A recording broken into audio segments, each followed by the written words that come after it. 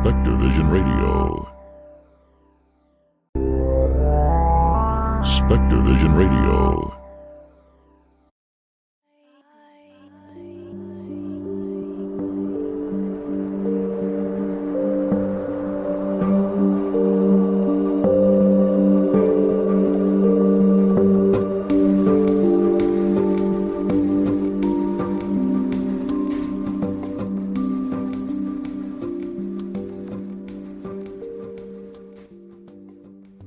Hello and welcome to the Modern Fairy Sightings Podcast, where we listen to people's fairy encounters. But take heed, we're not talking about winged Tinkerbells here. These are real fairies, real encounters that took people like you and I by surprise. Stay a while and hear their stories. My name is Jo Hickey Hall, and I'm a folklore researcher. Hello everybody and welcome to the Modern Fairy Sightings Podcast. I'm Jo Hickey Hall and my guest this time is Amanda, who is a kindergarten teacher out in Cape Cod. Welcome, Amanda. Hi, nice to be with you. It's really lovely to be with you. We've been in touch for some time and you were saying that you wanted to talk to me about some stories that you had around yourself and your daughter and your connection to Otherworld. And I think, first of all, I just felt it was really lovely that you are yourself a kindergarten teacher and you know about these things. So for me, knowing people like you in this world, just, that puts a smile on my face and makes me feel very thankful. I know there are lots of people like yourself who work with children and that are open and that know about the existence of these worlds. So that's just nice for me to hear. Yeah, I teach at a Waldorf school, so I feel like the job was really something I was called to because I do believe in these things. It's very much integrated into the spirit and nature spirits. Part of that Waldorf learning. Could you tell people a little about Waldorf? Yeah, sure. Yeah. Waldorf was created in the early 20th century by Rudolf Steiner in Germany. He was a clairvoyant and he wrote over 1 million words in his time, and all on different subjects about the occult, about education, about farming, about medical. And he was really brilliant, just one of those people like Carl Jung and Plato, Socrates. Like he's like one of those kinds of people who had this knowledge. And he and another man created the Waldorf approach, which is child development centered. And it also, he talked a lot about how the human being, we have different bodies, like we have an etheric body and an astral body, and our ego or our consciousness self and our physical body. And through his clairvoyance, he gave a lot of information about how those bodies integrate and incarnate back into the physical. And so, like, for instance, 7-year cycles. So like for the first 7 years, a child is fully in their physical body and their life force or their etheric body is beginning to really settle in. So like their lungs are forming and their bones are still forming and all these like internal things are forming. And so we have to be very careful about the information we give them and not over intellectualize them so that their other parts of their body can really form strong. And then once you hit like the 7 to 14, that's more of where you give them a little bit more curricular based and a little more academic. And that's when their astral body starts to come in. And so then by 14 to 21, that's when the I or consciousness really starts to incarnate. And that's where you give them the more intellectual, like hardcore, like very studious and more sorts of things. And he goes on, but it's more of a child-centered approach. And he really just wanted children to be able to be in their imaginations as long as possible. He felt like the longer you're in your imagination and you can see the world through your eyes and not somebody giving you um giving you what it should be. For example, like if a child asked me as a kindergarten teacher in Waldorf why the sky was blue, I would say I wonder, and let them try to come up with why the sky is blue, and not give them my sort of impeding thoughts about it. And they wouldn't really understand at that age. So yeah, that's kind of an overview. I love that because immediately when you come in with, oh, well, it's because blah, blah, blah, everything is then kind of, it's restricted. It's kind of restricting them. They are then only ever, um, interacting with their surroundings according to what they're told it is, rather than their own exploration of it. So that's beautiful. That's so much more than I ever knew actually about Waldorf myself. So thank you. Yeah, I mean that there are nurseries out there that might not call themselves Waldorf schools, but they take those learnings and, particularly for early Mhm. years. And so, if you do a little bit of kind of searching around as parents, you can find that some of your local nurseries actually, they take that sort of curriculum, take inspiration. Another thing that Rudolf Steiner really was prominent about was that in the first 7 years, children are really close to the spirit world, because basically his thought was that when a child is born, they it's almost like a death in the spirit world and a birth into the physical, just as when somebody dies in the physical, it's a birth back into the spiritual. So it's like this, they're very close. And so that's why they're technically in like that dreamy state. They're always present. And so he was like really adamant about like listening to children when they say things that Yeah, make it hard for adults to hear. exactly. No, that's right. I mean, they come out with such profound, yeah, it's incredible, really. I mean, to be surrounded by that all day must be quite amazing. To be in an environment where that's encouraged. Yeah, it is Oh, great. so yeah, so It's still like a lot of energy too. I bet, yeah, I think it takes a special person to be, a teacher and or a nursery school attendant. I have a lovely friend in Jersey, Maz, who has been working with these ideas for, decades now, and she introduces a lot of meditation to she's particularly used to work with the younger years, so maybe like 4 years old. So there was a lot of going outside and learning from nature. There's a lot of Yeah. kind of inner work and meditation, and she was able to do this. And these were just it wasn't a Waldorf school, so these kids had come from all sorts of backgrounds, all sorts of families, and it was beautiful to see what she was doing. So yeah, it's great work. So for yourself and your daughter, then, when you wrote to me, you had talked about this incident where you had encountered an elf-like creature. So, how did this come about? And was it yourself that saw it first, or was it your daughter? So I've been thinking a lot about this, and I don't know if I should go chronologically or not. Entirely There up was to there was a lot of incidents that happened. Um, and one of them, I'm trying to think. Okay, in a span of about 2 weeks, um, the first thing that happened was my daughter and I were sitting, she was 12. So my daughter and I were sitting at our table, and straight on from our table, you could see our front door, which was a complete glass door. And we were both sitting there, and I think we were eating lunch, or we were both facing the door though, in a way. It was a round table, and we were both sitting here looking.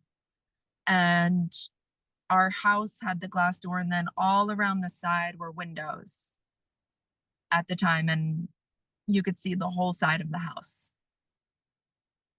And I looked up at the door, and she looked up too because something caught our eye. And there was this bluish purple thing flying outside of our door. And I know it wasn't a blue jay, and I know it wasn't a bird based on the way it was hovering.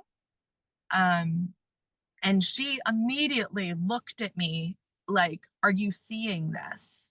And I said, "I'm seeing this." And it caught us, it caught our eye, and then we watched it go all the way around the house and go. And I used to be really into birding when my daughter was young. So I've seen many hummingbirds, I've seen, the blue jays and the bluebirds, and this was not how a bird flies. It was different. It also had not a skin tone, but it didn't have a bird head. I don't know how to describe it really well because it was further away. It was outside through the glass. But it was probably about this big, probably about 7 inches. And my daughter immediately after it flew away said, "Mom, was that a fairy?" And I said, I don't know what else it could have been. And so to this day, she still says, "Do you remember the fairy we saw?" From here, we experienced a few connectivity issues. You got to the point where you were saying it was this size, and I assume you were doing something like this. I couldn't see you. It was about 7 inches. About 6 to 7 inches. Mm-hmm. Yeah. So you said it didn't have a bird's head. Mm-hmm. What sort of shape did it look around? What would have been the head? Sort of humanoid-ish. I couldn't really tell. I just know it didn't have a beak. It was almost, yeah, it was hard to see that because it was rather small. But my daughter was so adamant on that was a fairy. And I was like, that was a fairy. I was like, I believe you. And after that incident, I told my partner, I told my son, and they believed me and they believed Lily. And then about a week later, my son, when he used to get sick, he used to have night terrors, like where he'd be awake, but he wasn't awake. And one night he yelled to me and he said, "Mom, they told me to slow down. They said he needs to slow down."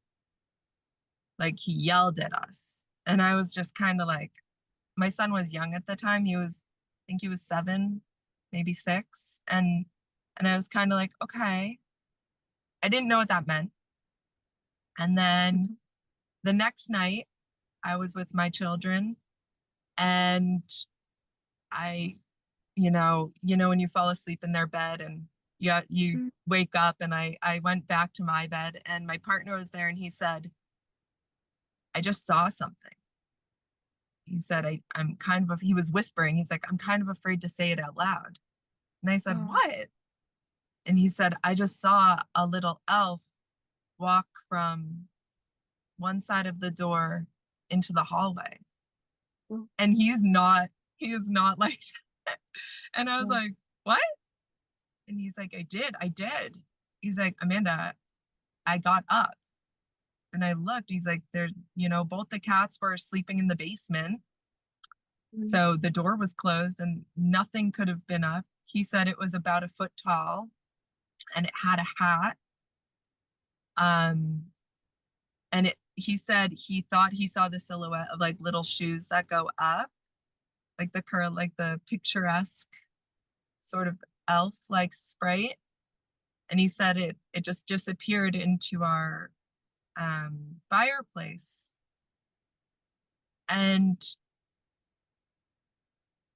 the next day, my husband, my partner, suffered a major hemorrhagic stroke where he had to have intense, it's called a suboptical craniotomy, where they cut open the back of your skull and take parts of your brain, like crazy things. And Wow. he's okay, and he's like a miracle, actually. He's like totally fine. Yeah. But all of those events, I always listen to your podcast, so I know you say, did something big happen? And those did. And so it was so interesting. Wow. Yeah. Yeah. And then Hugely. all the activities stopped.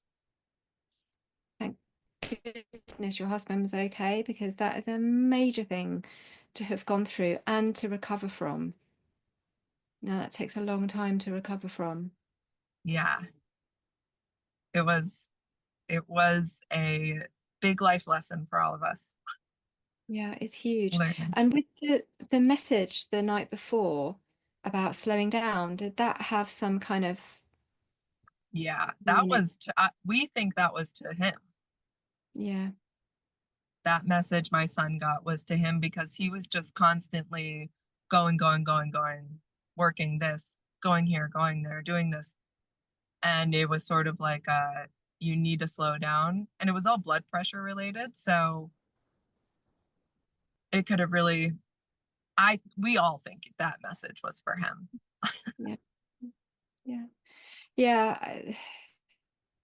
And there's something about, it feels, hearing about it, it kind of feels like that he saw this elf, the night before this happened. The fact that he is, he managed to get through it and he recovered.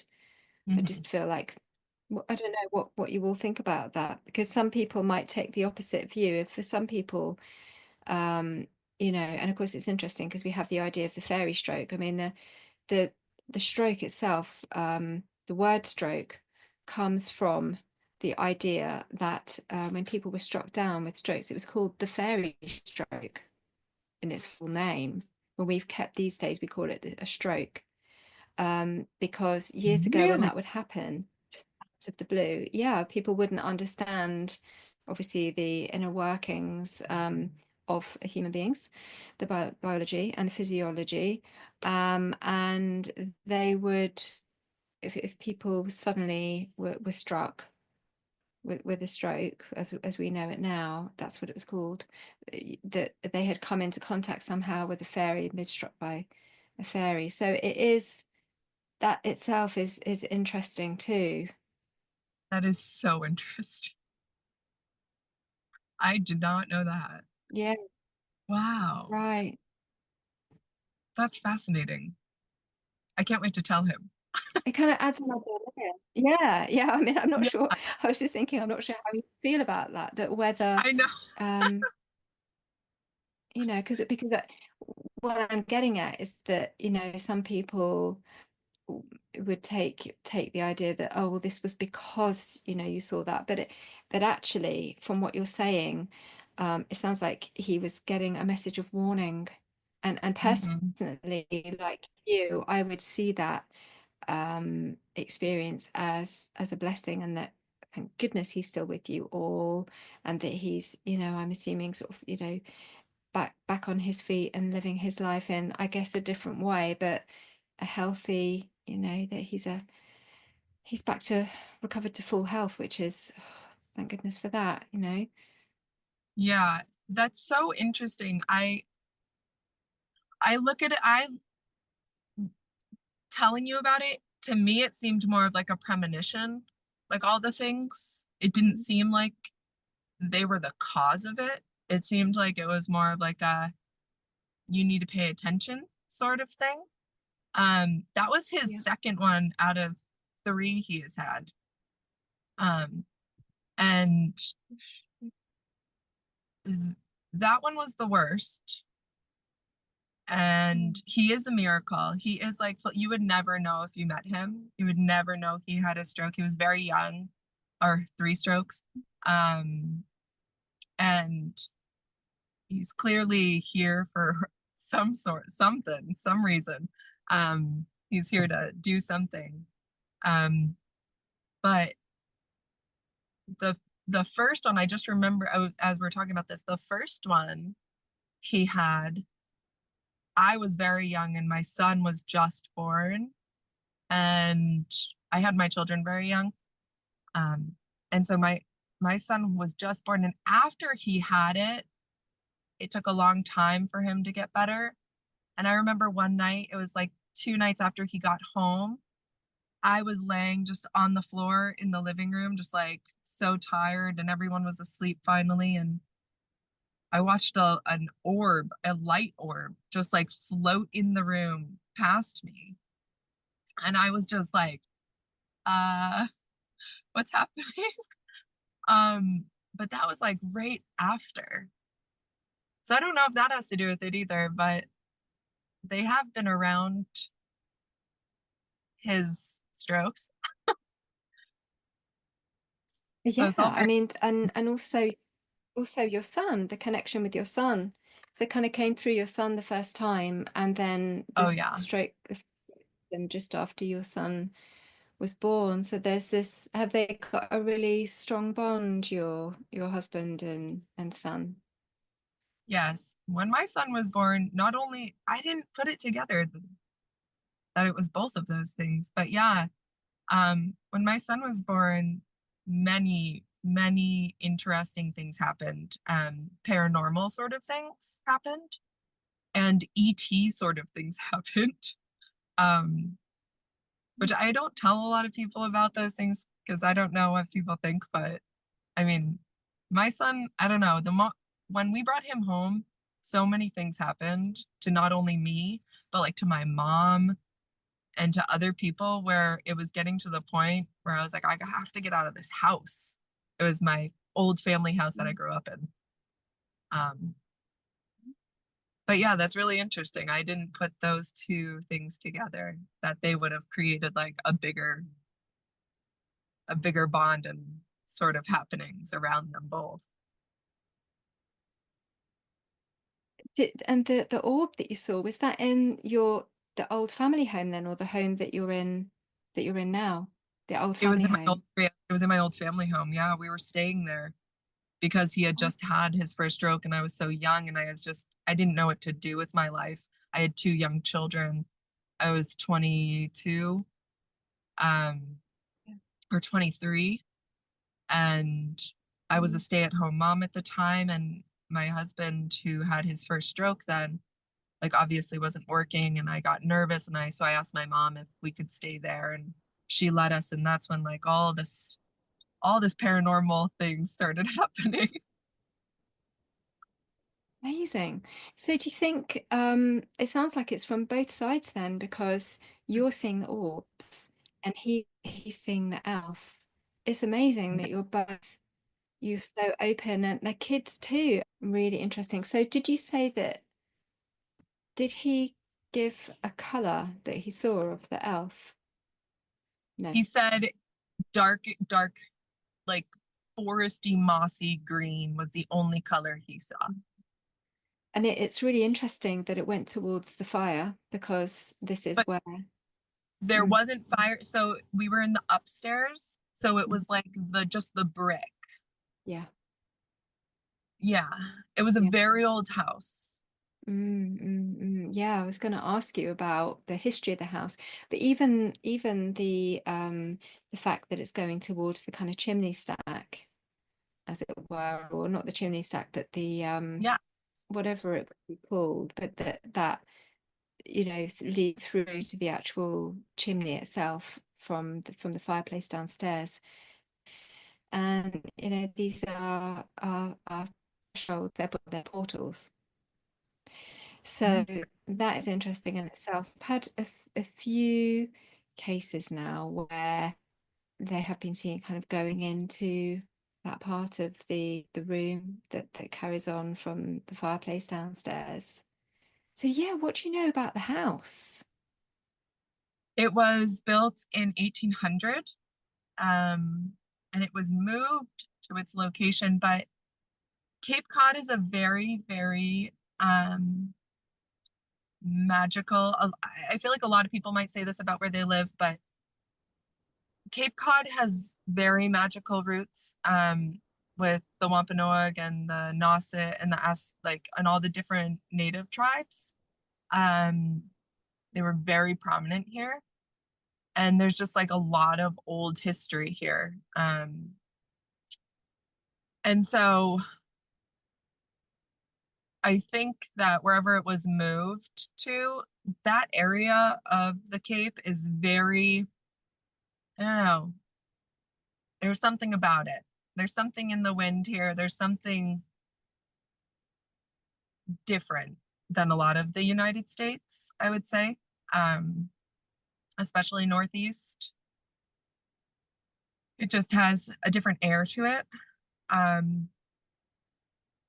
But yeah, the house was very old, and it was very solid, a very solid, beautiful, smaller old house.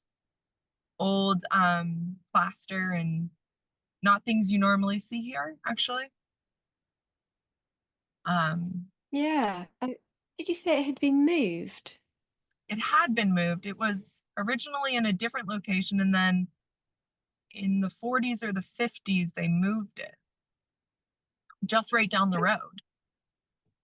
So you think saying sort of like brick by brick, they moved it? No, they like lifted the house up and moved it. Wow. Okay. Yeah. Wow. And I've looked for history on it. I couldn't find any, except for that. But What was happening, when you saw the blue, the blue kind of flying being, what was that like? What was there a kind of any feeling sense with it for you and your daughter? the feeling for me was I like ran outside after, because I want to see it so badly. I want to have full-blown visuals like people talk about, and I want to see these things and like connect. I just have this inner child part of me. It's probably why I'm a Waldorf kindergarten teacher. Like I just like want the connection of that realm still. And so I was excited. I was like, I can't even believe we just saw that. Like, I want to go see if, was it and then, logical mind, this other part of my mind's like, let me go make sure it wasn't a bird, or like maybe I'm seeing things. And so I ran outside, but there was nothing. And my daughter was just like, she's like, that was a fairy.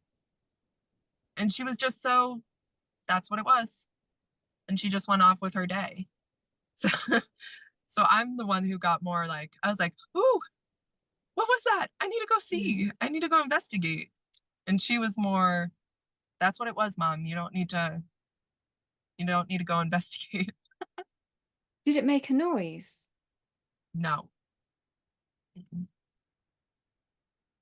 It just caught our eye. It was almost hovering like a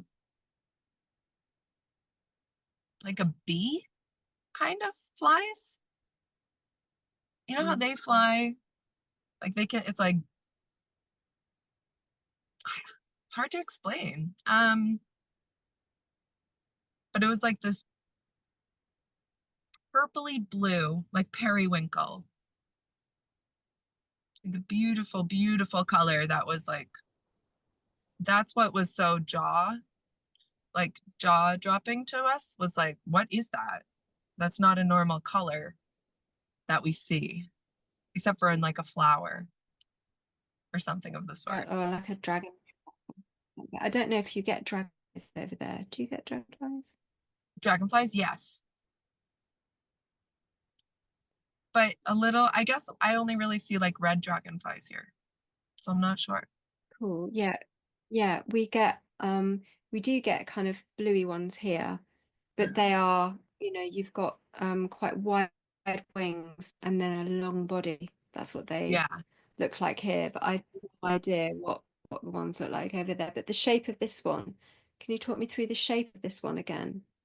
Yes, so it was definitely humanoid, but it looked like it had almost like angel wings. Not there It was like, it was as if a human were standing in the air, but it also had wings. I couldn't Yeah. grasp Yeah. what the legs looked like, but I knew there was two legs. So it's But it upright and it's looking so. was upright. Mm. Yes. It was Mm. upright, and then it Did either turned and it flew. Wow. Yeah. Did either of you ever try to draw it? No, that's a good idea though. Might be interesting for you to draw it and for your daughter to draw it and then compare with each other afterwards, because that's always, because as you know, people see different, people have different perspectives of things too. You remember different details about it. So it Mm. might be interesting to, I know it's a long, how long ago is this actually? Because you said your daughter. Yeah, this was 2021. Okay. So for almost exactly 4 years ago. Wow. So this was during lockdown as well. Yes, we had just had ours lifted around this time.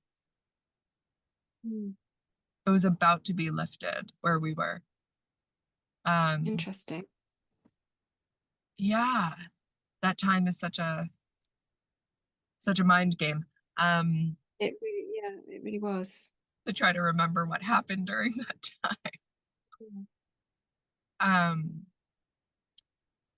yeah, I'm trying to think if anything else happened then.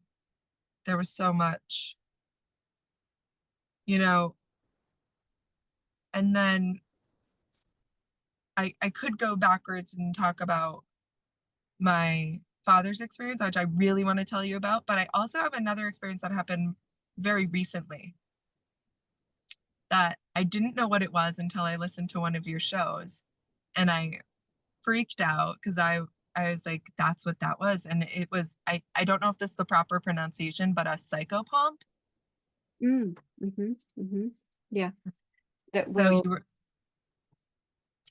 yeah, that, so my brother committed suicide 2 years ago and, or 3 years ago now. Sorry, Wow, that's really. time. And my father lives far away. He lives like 12 hours away. And I had him come down because I said we need to go spread my brother's ashes on his death date. And I was very adamant that everybody had to be there on that day. And the whole day started off with crows, and I feel like the story is just so crazy in my mind still. My father came very early in the morning at like 5 in the morning, and I was the only one up. And there was this pack of crows, this murder of crows in my yard, and they were all ganging up on a hawk. And my children call it bird wars, but it was just what was happening, and it was loud and it was a ruckus, and so my dad and I were talking about it. And then my dad said, "Oh, I have a present for you." He said, "But I'll give it to you when I leave." And I said, "Okay." And so we went to go spread my brother's ashes later that day at a place called Crow's Pasture, which was my brother's favorite place to go fishing and to be at. And we grew up there. It's a beach and a marsh and like a beautiful creek. And we spread his ashes and we leave. And I go with my dad, with my daughter and my partner, and we are driving. And on the side of the road is this very large hurt crow. And my dad's like, "Oh, we have to go get that crow. We have to go help him." And so my dad pulls over and he has a blanket in the back of his car and he grabs it and he just hands me this crow. And so I'm just sitting in the car with my brother, I mean, with my dad and my partner and my daughter, and I'm just holding this crow, this massive, it could have been a raven. I think it was a crow though. And I'm just holding it and it's letting me pet it, and its wing was hurt. And it's just not scared. I could feel its heart. It was just so calm, and I have pictures with it. And I I brought it to this place called Wild Care where they rehabilitate wild animals. And then we get back to my house and my dad said, you know, after all this, it's really weird that this is the present I'm giving you. And he gave me a weather vane that was a crow. And it was just like this whole day of psychopomp, I feel like. Oh, oh, that's so touching. How amazing. Yeah. We've lost you again. You've come back. That is absolutely beautiful. Thank you so much for sharing that. And I'm so, so sorry to hear about the loss of your brother. That is really, unbelievably hard. And it sounds like, I mean, through this crow, that's such a beautiful presence. Did you feel that your brother was around for that? Yeah, definitely. I felt like there was no denying it. All the things that kept happening, and it's not every day. Like I've never held a large bird like that. And I'm very into wildlife. Like I spend lots of times outdoors. And my brother used to bring home animals because he was a hunter, but he also just loved wildlife. So, you know, he'd bring home like little raccoons or that lost their moms, or he would bring home squirrels or, you know, all sorts of things. His dream was to find a orphaned coyote pup so he could raise it. So it wasn't, it was like the moment we found it, I was like, this is wild that this is happening. And then I heard your podcast with those ladies talking about the raven in their living room, and you called Yeah, it I a was thinking of yeah. That's right. It was they were off to I think it was their great aunt's funeral, and they were around the house, and they they had they'd gone into the house, and there was a huge crow in the living room on the chair looking at them, and they kind of walked up the hallway, and I had, said, what happened to that crow eventually, and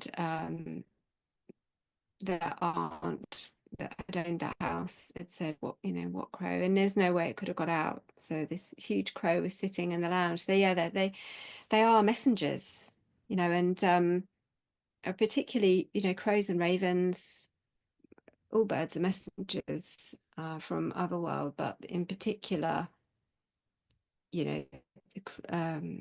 crows and ravens when people are moving from one state to another. So that's, and as a psychopomp, yeah, marking the movement from one state to another, and guiding it as well, and kind of like guiding psychopomps. They will guide your spirit to the other world. Of course, we see, that borne out in Egyptian artwork in the tombs as well. Yeah. It's always, it's an ancient knowledge that we've kind of lost around the role of the psychopomp. Yeah. Really interesting. And how that psychopomp was injured and we had to help it. It was it's a very interesting thought because my brother did go in a way that is more, you know, taboo, and people think very badly about suicide and all these things. And so it was almost like he needed help. The psychopomp needed the help guiding him to the other worlds because he was hurt. So I don't know. It's a very interesting situation. This crow, or albeit, the spirit of your brother as well, to nurture him and hold him, which is what you wouldn't have had an opportunity to do, which Yeah, is the hardest thing when somebody dies, not to be able to be there.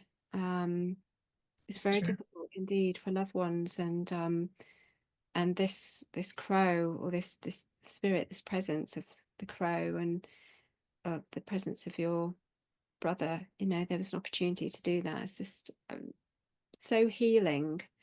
And thank goodness your dad had the sense, like he felt it too. It makes me think that maybe your dad is sensitive too to these worlds. Oh yes.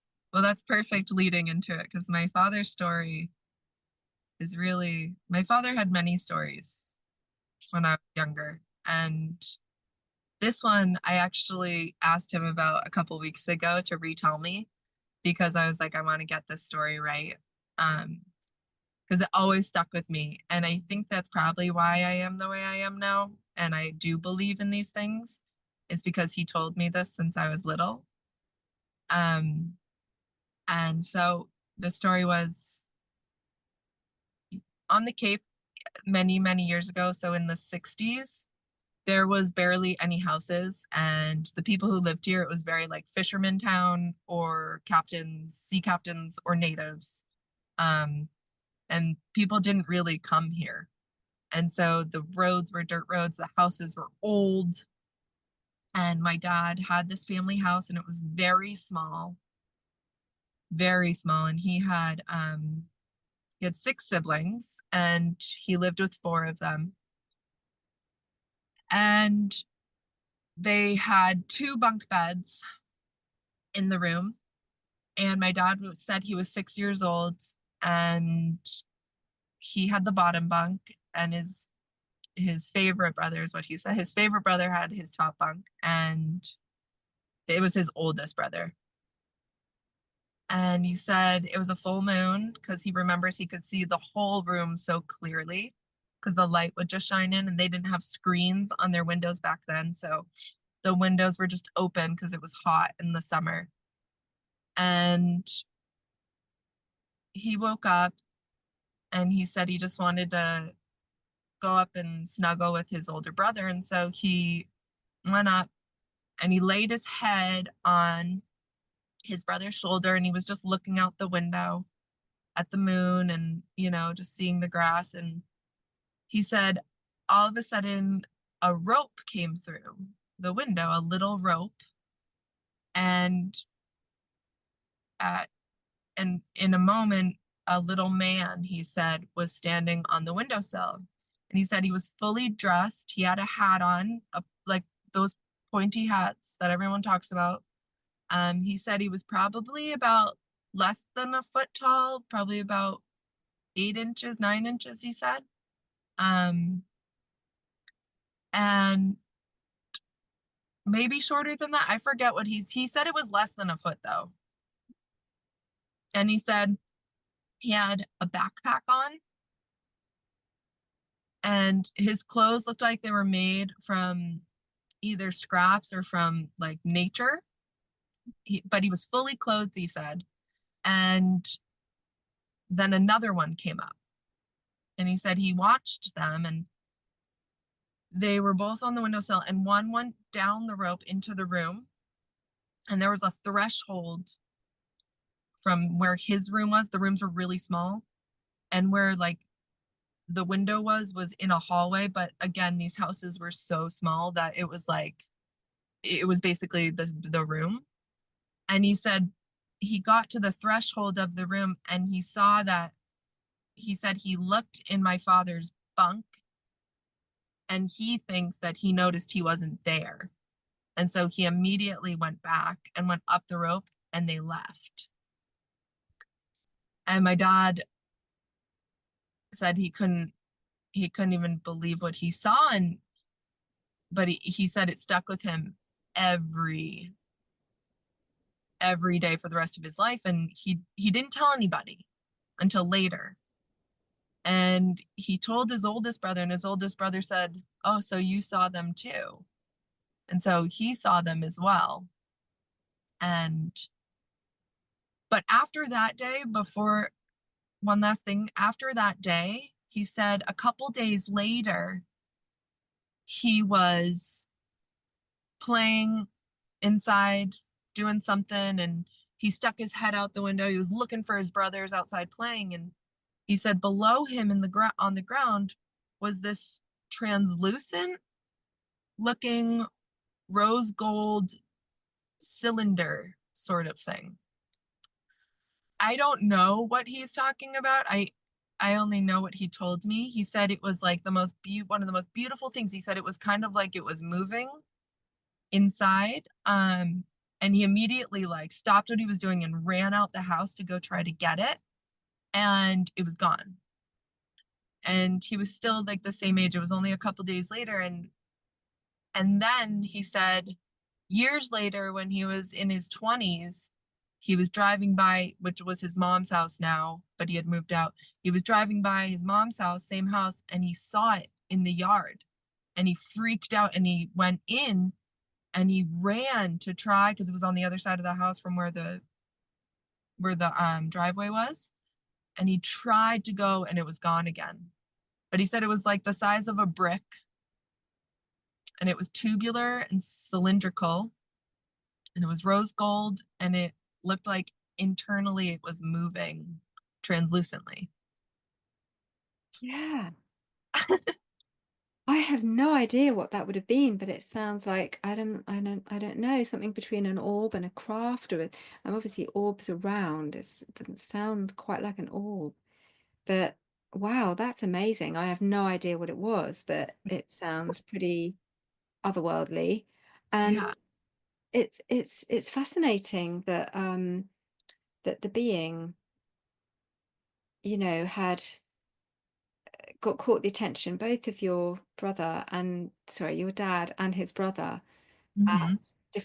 at different times, Yes. and that also your family now see them too. So I'm Mm-hmm. thinking about whether, because I feel sometimes that families, when they're open to these worlds, that kind of way of being in your life sort of passes down. But also maybe there's some kind of attraction of Yeah. these beings towards the family. Like, why? It sounds like they were doing something. It sounds like they had something in Yeah. mind. That's what I think too. But I don't know what it was. Amazing. And is is is your dad, is he kind of open to talking about that? Yeah. Might be Yeah. interesting to speak to him if he was ever up for that. I'll ask him. He has other stories too, like some that scared me when I was younger. Oh, wouldn't sleep. Like he told me them way too young. um, about some of our family members' experiences a long time ago, like even before him. Yeah. Um, and Where's the family from? they're all from Cape Cod. Before Cape Cod. Before, well, we have Scottish and Irish, and then we have Native American and Portuguese. So Wow, it's really, those are the main ones. that's amazing. Yeah. Yeah, that's really beautiful. There's something about that area where it feels like it's held on to a lot of its innate magic, Yeah. unlike some other places. Yeah. And as you said at the beginning, it's got lots of history. Um, and a lot of the people there will, were moved, obviously, which Yeah. is dreadful. Um, but is there something, as somebody that lives there, is there, how and why do you think it's managed to hold on to some of its magic in the I people and in the places? I think a lot of the areas, so there's the outer Cape, which is closer to, like, it looks like an arm. So like if I did, you can't see me, but if you put your arm up and out like Yeah. this whole side of the Cape is the outer Cape. And that side is very preserved in its historical society. Mhm. Um, I don't know, many famous people like Henry David Thoreau, Helen Keller, like big prominent historical figures really spent a lot of time here. And so, and the Mayflower, like that was a huge part of it. And so I think the people who stayed here and lived here really kept things preserved. There are parts that are a little bit more built up, but like we have no city, and like the town I was born in doesn't even have a traffic light, and everything's preserved. Like you can't tear down any houses on the main road. You have to preserve them and go through the historical society, and so there's a lot of rules and regulations now. It also wasn't really tended to, I think, until like the 70s, until like Jaws came out, because Jaws was filmed here. So I think like that's when the boom for more people. And then when COVID happened, that's when a lot of people came.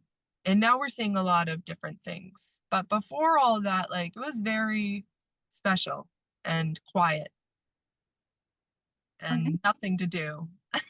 yeah, I really hope it holds on to its essence. Me too. I'm from Jersey, and I know that changed a lot in the 1980s when things changed. Previous to that, it was kind of growing, beautiful tomatoes and potatoes, and it had its tourism, and then finance came in. So, Yeah. and it's changed a lot. And so I hope that Cape Cod manages to hold on to its essence. Sometimes it has to be down to the people to ensure that happens. But wow. Yeah, I feel it would be interesting to look back in the history then, and I'd love to hear, your dad's story sometime too. Thank you so much for sharing such beautiful stories, really meaningful. Thank you so much for having me. Yeah, thank you. And I'm sure there's some questions that I will think of, more questions, because there's so much in what you've shared here, and I just wish we had more time. I know that, Oh, yeah, we kind of haven't got as much time as I would have liked today, but let's speak again. yeah. And yeah, if your dad wants to talk to, then that's really cool, but no pressure there. Did he ever speak to his brother in later years about what his brother knew about the beings? What did his brother think? Yeah. Um, I think his brother was a little more reserved and was just like, "Oh, you saw them too." And I didn't get into that with him. So I will ask him to contact you though, because he definitely has a plethora of stories that are otherworldly, and he's a good storyteller.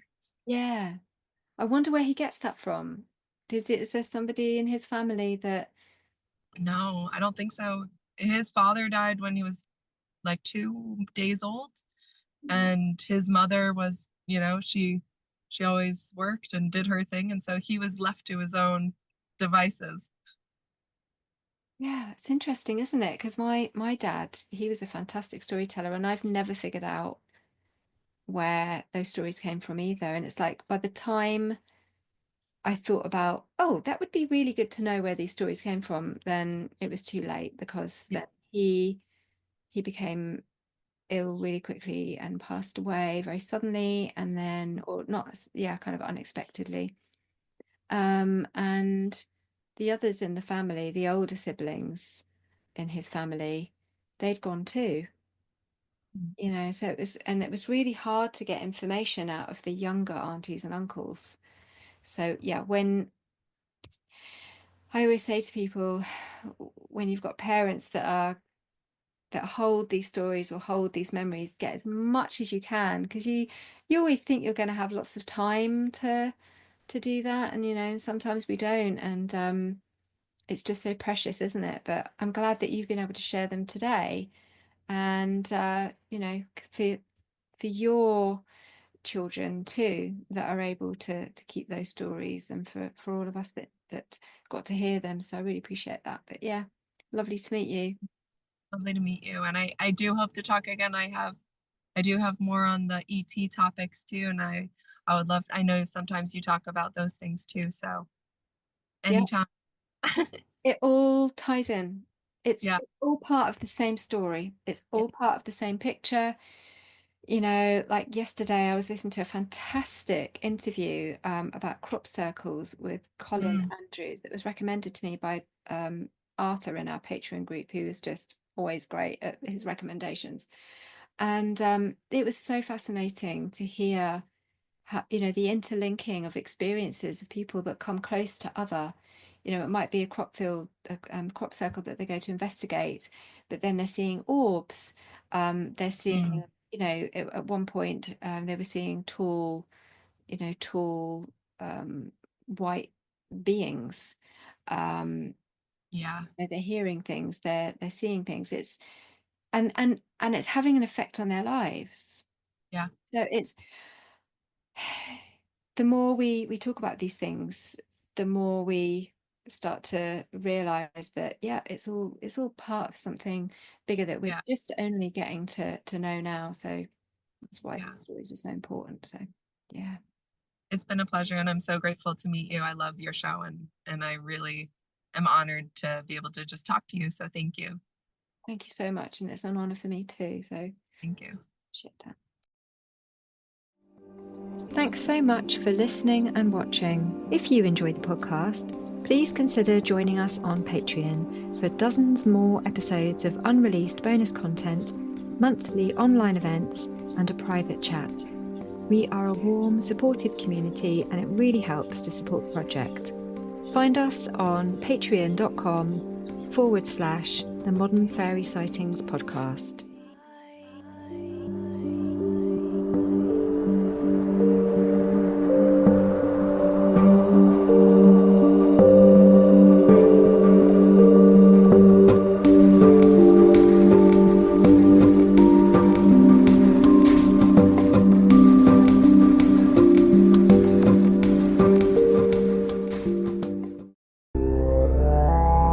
Spectre Vision Radio.